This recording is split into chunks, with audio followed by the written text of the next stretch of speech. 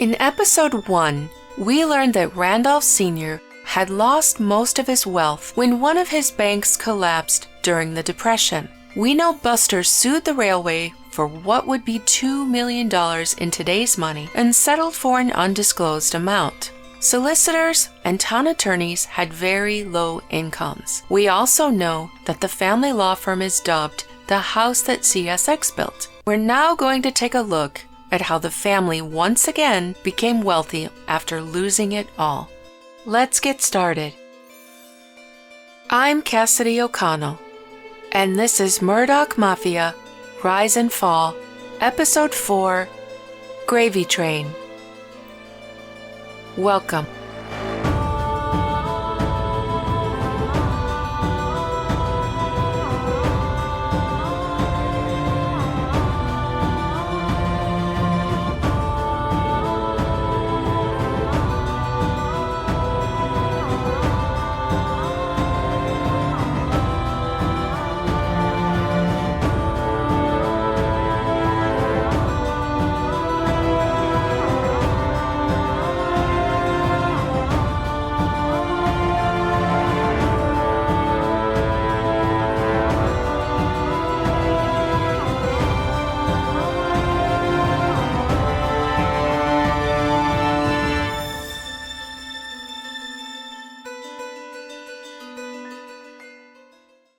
We hear a term often used when describing Alex's family power in the Low Country, called a good old boy system.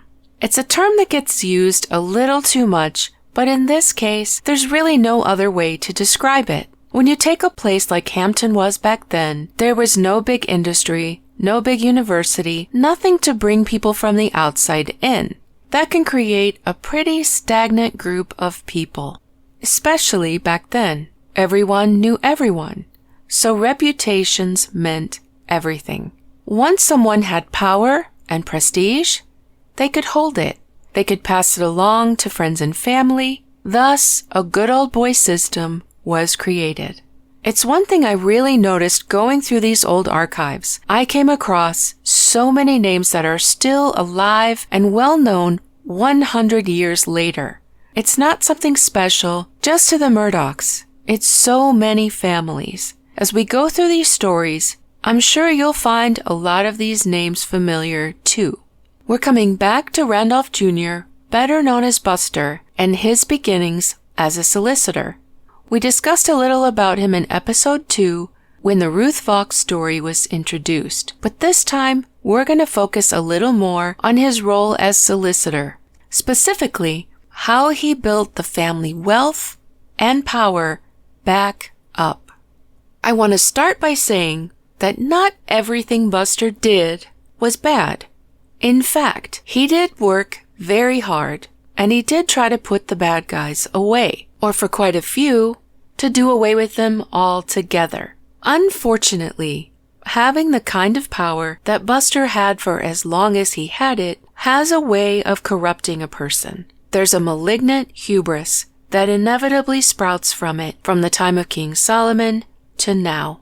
From the many accounts of those familiar with Buster as a person and Buster as a solicitor, people have been quoted as saying in books like Tangled Vines and Swamp Kings that he wanted to win no matter what, and it didn't matter if his wins were overturned later because the evidence really wasn't there for the convictions that he got. The point was to win at the time in court. When you operate like that, demanding the death penalty is a dangerous business, but we'll talk about that much later.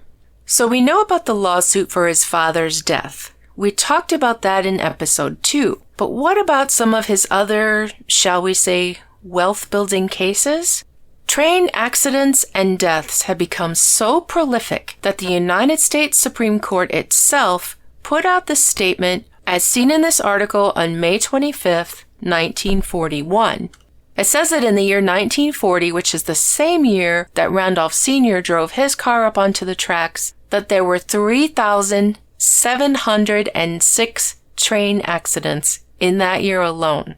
That over 1,300 were caused by motor vehicles running into trains. Not trains running into motor vehicles. and that of these accidents, there were 99 fatalities and 361 injuries that happened in daylight, then 184 deaths and 1,564 injuries at night. Some other facts I thought were really interesting is that 141 of the day and 433 of the night accidents happened in places where the crossings were actually protected, either by lowered gates, watchmen, trainmen, or audible or visible warnings. And 111 of the daytime and 335 of the nighttime actually had signals that were automatically or manually operated. And the most bewildering was that in 244 of these cases, the trains were at a standstill. So this was not a moving train. This was a car hitting a train that was sitting still. And we're going to talk about one of those accidents. But here's what the Supreme Court had to say. We're not talking about South Carolina Supreme Court. This is the United States Supreme Court. These accidents indict automobile drivers for gross negligence. The Supreme Court of the United States has placed the responsibility for preventing accidents at grade crossings squarely upon the automobile driver, asserting the principle of law that a person going upon railroad tracks does so at his own risk. It quotes the late Mr. Justice Holmes, "When a man goes upon a railroad track, he knows that he goes to a place where he will be killed if a train comes upon him before he's clear of the track. He knows that he must stop for the train, not the train stop for him." Then he talks about ways to make sure your train track is clear before you cross it. And the article ends by saying if he relies upon not hearing the train or any signal but takes no further precaution, he does so at his own risk. Okay, so this statement's put in the Post and Courier. It's handed down by the U.S. Supreme Court, but the very same year, there's an accident. In this accident, the car didn't see the train stopped in the road. It slammed on its brakes and made an attempt to swerve to avoid collision. And we'll see the details of that accident shortly. Now, this accident was not printed in the Post and Courier, which makes one think it couldn't have been a huge crash. Nothing was heard about it until it ended up in court, prosecuted by Buster himself. Now, this is early in Buster's career, and the trial begins in February 1942. Another interesting fact in this case is that the plaintiff was not even the driver of the car. She's one of the passengers. There are other passengers that are unnamed, but they're described as inferably young men. So her name was Laura Crapsey, and she was 21. The driver of the car, Jack Coxwell, had offered to drive her home to Lena, which is a small village near Estill, from an extended stay at her married sister's home in Varnville. The driver and his other passenger friends also lived in Varnville. Now, the documents are very contradicting because they state both that she took this trip specifically to attend her sister's commencement sermon, and also state that she did not expect to attend the services and was not dressed for the occasion. So either way, they arrived at her home where she either was or wasn't expecting to ride along with her family to the ceremony. When they arrive at her home, her family has already left for the ceremony. So Jack drives her to the school where the services are already in progress. Now, for some reason, one of these boys, and not Laura, enters the building looking for Laura's parents, but they don't find them. They wait for it to end, but inexplicably still cannot find Laura's family. So Jack offers to take her back to her home.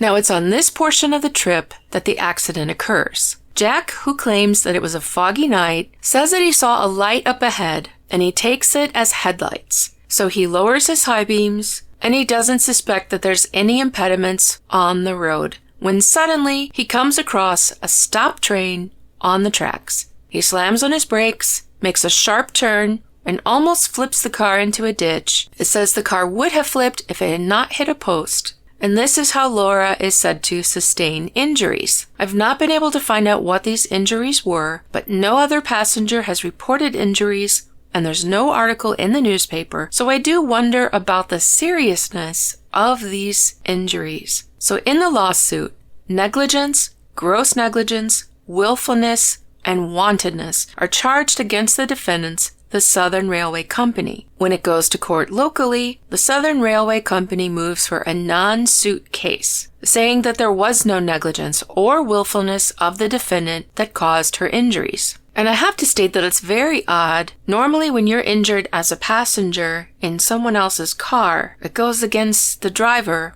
and the driver's insurance. But for some reason, she's chosen to sue the railway. Now, bad things happen. People want to blame someone. Words like gross negligence, willfulness, wantonness. These are words that are often used to inflame a defendant's guilt. They're extreme words and oftentimes, admittedly, a gross exaggeration of what actually happened. And I believe this might be true in this incident. So as this case plays out in court, we hear from Jack's testimony that he'd rounded the corner and saw this light about 400 to 500 feet away. And remember, he said he dimmed his headlights because he thought it was a car's headlights. Now let's get a mental picture. That's about 1.5 football fields. So you turn a corner, you're going to slow down. So he comes out of the turn. He's in a dark place that he admits he's only driven in 2 to 3 times before. He has the length of 1.5 football fields to speed up. Again, on a dark road that he doesn't know well.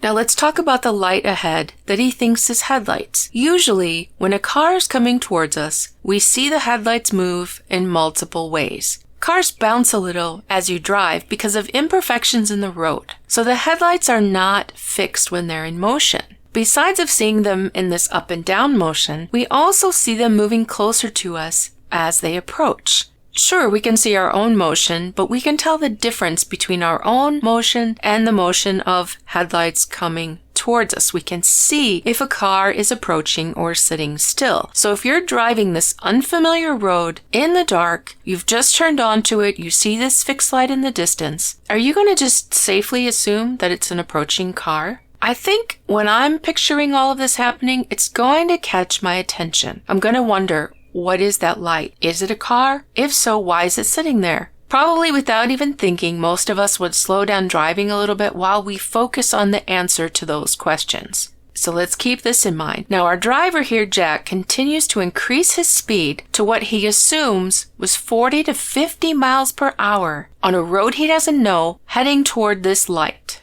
this unmoving light, until 80 to 90 feet in front of this light, he turns up his brights. Now remember, he turned them down because he thought it was a car coming towards him. So at this point, he realizes this is not an oncoming car.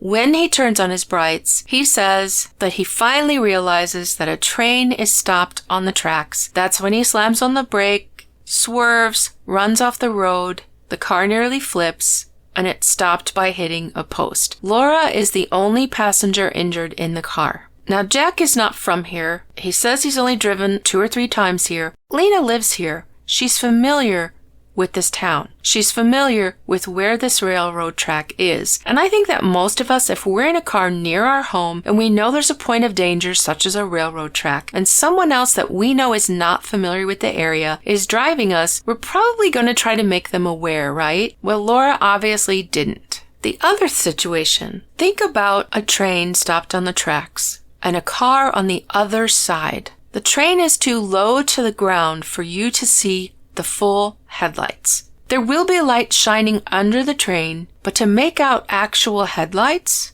I don't think so.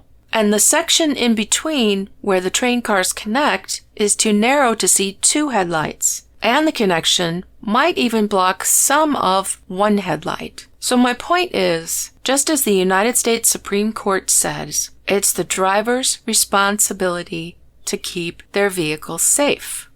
But even today, when we have so much more efficient protective measures, most of us still approach a train track with caution. We usually slow down. We usually still look both ways. Even if we're just slowing down to protect our own cars, it's common sense to take caution around railroad tracks. So in February 1942, the trial begins in the Court of Common Pleas for Hampton County. Defense moves for a non-suit, saying there was no negligence or willfulness, and that the injuries occurred because of the driver's negligence and willfulness, his speed, his failure to look and listen, and his failure to keep the car under control. They also mention the lack of attention by the other occupants of the car besides the driver. So this motion is granted and a non-suit is ordered. They specifically state that the plaintiff Laura has a contributory negligence because she had the opportunity to look out for the train, warn him of its presence, and she didn't even look.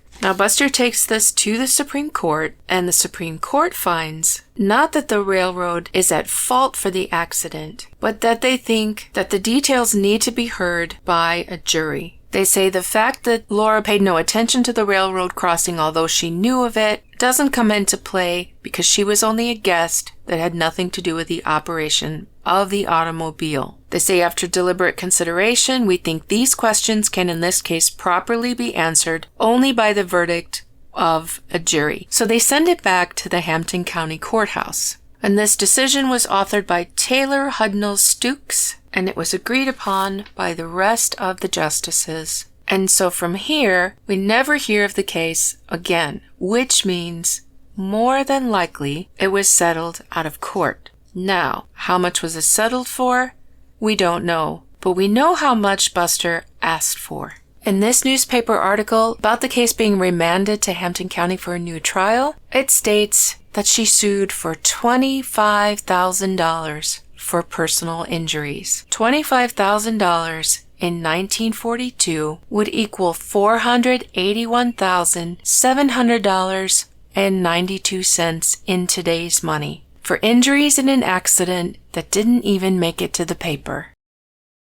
We see another train case in October 1945. This time it's Buster and George Warren again, George Warren being the same attorney that represented him in his case for his father's death. But before we tell this story, we're going to talk about mules for a moment. Back in the 1940s, it seems, mules were responsible for quite a number of deaths and injuries. Within a very short time period of each other, there were some particularly sad events where, in one case, an 11-year-old was thrown from his mule and dragged half a mile home, where he was later found dead in the barn. A 14-year-old was driving a mule and a cart home when thunder startled the mule, who pitched the cart into a tree, killing the boy. Another 11-year-old was kicked in the abdomen by a mule and died from those injuries. It's not limited to children, as we see in these articles, two of them being only 2 days apart. One farmer fell from his cart, became entangled in rope, and was pulled home. Another was thrown from the mule he was riding, and the third was thrown from the wagon that was being pulled by a runaway mule. In an article in 1947, it states that hardly a week elapses where at least one car crash is not due to a wandering mule, cow, or hog. A question I want you to think about is if the cars can't avoid hitting these animals because these animals have no concept of what a moving vehicle is, how in the world can we expect trains to?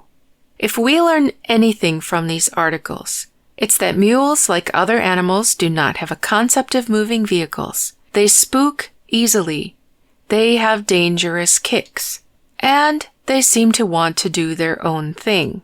These facts really had me asking the question, why, oh why, were they left in the care of small children unattended by adults? And that brings us to this case.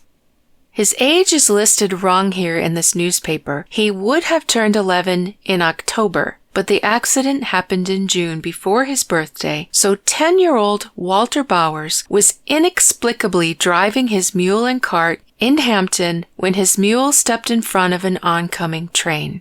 The mule was killed instantly, and Walter was lodged on the front of the engine and carried the distance of 32 car lengths down the track until the train was finally able to come to a stop. Since Walter's parents or a guardian of any type were not with him, Henry Shepard, who witnessed the incident, brought Walter back to the depot. Another bystander, an A.J. Nix, took the child in his car to a nearby physician's office, where the boy died within 20 to 30 minutes of being struck by the train. All of these cases have the same things in common. A person was killed because of a mule. All of these victims suffered pain before they died. All of these lives are equally sad to have been lost. All of their families grieved and wonder why their loved ones died in the manner that they did. The only difference with Walter is that Walter's accident involved a train. His family had something to take their grief out on, and Buster was happy to oblige. The Murdaughs loved painting the railroads as devils on wheels, just out looking for someone to run down. But the sad truth is, each of these engineers, no doubt every day for the rest of their lives, would relive the horrors of seeing someone or something come out in front of their enormous, heavy piece of steaming metal, and in spite of every effort, watching in horror as the train bore down on the car, the person, or in this case the mule cart carrying a child who never should have been out there alone. Walter's parents sue the railroad for wrongful death. They're awarded $3,000, which is immediately paid. In the fall of the following year, however, Buster comes back with a new lawsuit for actual and punitive damages. For those of you who've been here from the way back, we talked about these kinds of damages in relation to Alex's original cases with his victims, such as Gloria Satterfield, for example. Alex would play around with the total payouts, maneuvering money solely into categories with an immediate payout that isn't held on to like other parts of settlements. The pain and suffering settlement portion is also not taxable, so it's more beneficial to have that portion of the settlement higher, whereas the wrongful death portion or the punitive portions may be taxable. A trial is held in the fall of 1945 where Buster will later be accused of extreme courtroom theatrics to appeal to the jurors' sense of tragedy in order to get them to agree to an abnormally high settlement amount. There's nothing sadder than a child's death. It's easy to use it as a means to appeal to a jury, and it works. They award the Bauer family $25,000 in addition to the $3,000 that's already been paid. It's divided into $10,000 for actual damages and $15,000 for punitive. Actual damages is his pain and suffering, and punitive is a type of damage that's applied as a punishment to the defendant. Charleston Railway moves for a non obstante veredicto, which literally means notwithstanding the verdict, and is asking the judge basically to set aside the jury's verdict and instead rule in favor of the opposing party. It's something that rarely happens, and it doesn't happen here. Next, they move for a new trial, and the judge puts a condition on this request that an amount of $5,000 for punitive damages be paid instead of the $15,000. The railway remits the $5,000. Buster disagrees. He files an appeal with the South Carolina Supreme Court, and that case is heard in May of 1947. The railway contends that there's no proof that Walter suffered in those 20 to 30 minutes between the accident and his passing, which, non-surprisingly, doesn't come across well, as it leads to bringing in the evidence of the witnesses who tended to him. Both Mr. Henry Shepard and A.J. Nix testified to hearing moans and groans coming from the small boy. The physician who attempted to save him described movement when he administered a shot, but said that it could have been a reaction to pain or it could have been a reflex action, and refused to say incontrovertibly one way or another. Another issue the railway raises is Buster's unprofessional behavior and dramatic speech in court, to which the South Carolina Supreme Court justices must rule that it's too late to make that objection now. That is an objection that should have been made at the time, so for this decision, their hands are basically tied. Thirdly, the complaint that the amount awarded by the jury was too high. Though the justices agree and make note of this in the decision, calling it unconscionably high, grossly excessive, and having no relation to any reasonable measure of damages for the injury inflicted. They determined the jurors understood what they were deciding, and they will not interfere with their decision. With their noting of the overpaid award, they rule in Buster's favor. By 1959, things had gotten so out of hand that a judge had to step in and reclaim some of the money that was awarded. 2 freshmen from Clemson College and a 23-year-old woman were killed when their car collided with the train.